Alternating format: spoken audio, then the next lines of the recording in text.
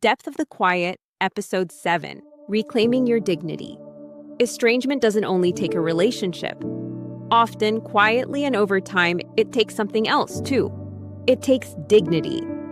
Not because it is stolen outright, but because it is slowly worn down by silence, misunderstanding, and the constant pressure to justify your existence in someone else's story. Many parents don't realize this is happening until they notice subtle changes in themselves. They speak more carefully, they apologize more quickly, they shrink their needs. They question their right to feel hurt. They begin to move through the world as though they must earn their place again. Dignity is not about pride. It's not about being right. It's not about being admired. And it's not about winning anything. Dignity is quieter than that. It is the felt sense that you are allowed to exist fully without explanation. Estrangement can disrupt this sense deeply, because when a parent is recast, misunderstood, or reduced to a single narrative, the instinct is often to compensate, to be more careful, more accommodating, more silent. But over time, this compensation can become self-erasure. Reclaiming your dignity does not mean becoming rigid. It does not mean closing your heart or hardening your posture. It means standing upright internally. It means remembering that you are allowed to take up space in your own life. Many parents confuse dignity with distance. They believe that to protect themselves, they must withdraw entirely. But dignity does not require disappearance. It requires alignment. Alignment between who you are inside and how you live outwardly. Reclaiming dignity often begins with very small shifts. Not explaining when explanation isn't needed. Not apologizing for feelings that are reasonable. Not minimizing your pain to make others comfortable.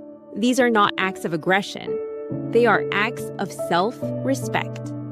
Estrangement often teaches parents to doubt their emotional instincts, to second-guess their reactions, to distrust their own perceptions. Reclaiming dignity involves gently rebuilding that trust with yourself. Asking, does this feel respectful to me?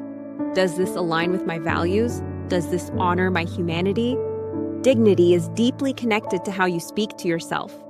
If your inner voice has become harsh, apologetic, or dismissive of your pain, this is not a personal failure. It is a response to prolonged emotional stress, and it can be softened. Reclaiming dignity also means recognizing that you do not need permission to live a full life. You do not need approval to experience joy. You do not need reconciliation to move forward with integrity. Your life is not on hold because someone else has stepped away. There may be moments when reclaiming dignity feels lonely, because it often involves stepping out of roles that required you to shrink. It may change how you show up in relationships. It may alter how you tolerate being treated. And not everyone will understand that shift. But understanding is not the same as worth. Dignity allows grief to exist without humiliation. It allows sadness without self-contempt. It allows longing without desperation. This is not indifference. It is emotional maturity. You may notice that as dignity returns, your body responds. Your posture shifts. Your breath deepens, your nervous system settles. This is not because pain has vanished, but because you are no longer abandoning yourself inside it. If you are in the process of reclaiming your dignity, go slowly. You don't need to announce it. You don't need to defend it. You don't need to prove it. Dignity grows quietly. You are allowed to be soft and strong at the same time. You are allowed to grieve and still hold your head high. You are allowed to care deeply without sacrificing your self-respect. In the next episode, we'll explore something that often follows the return of dignity: letting go of the need to be understood, and discovering the peace that can come when you stop explaining yourself. Until then, be gentle with the parts of you that learn to shrink. They were trying to protect you, and now you are learning how to stand again. If you like this content, please like and subscribe to Depth of the Quiet and tell me your story in the comments section below. This could help other parents that are feeling like they are traveling this road all alone. We all need support during this difficult time. Start a discussion or ask a question.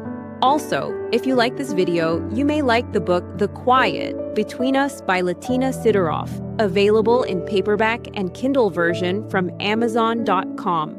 And for all the spouses supporting the estranged parent, there is a great book written by the husband of Latina Sidoroff on the spouse's perspective called Standing Beside the Broken, also available from Amazon. The author is Stas Sidoroff. Thank you for watching this video.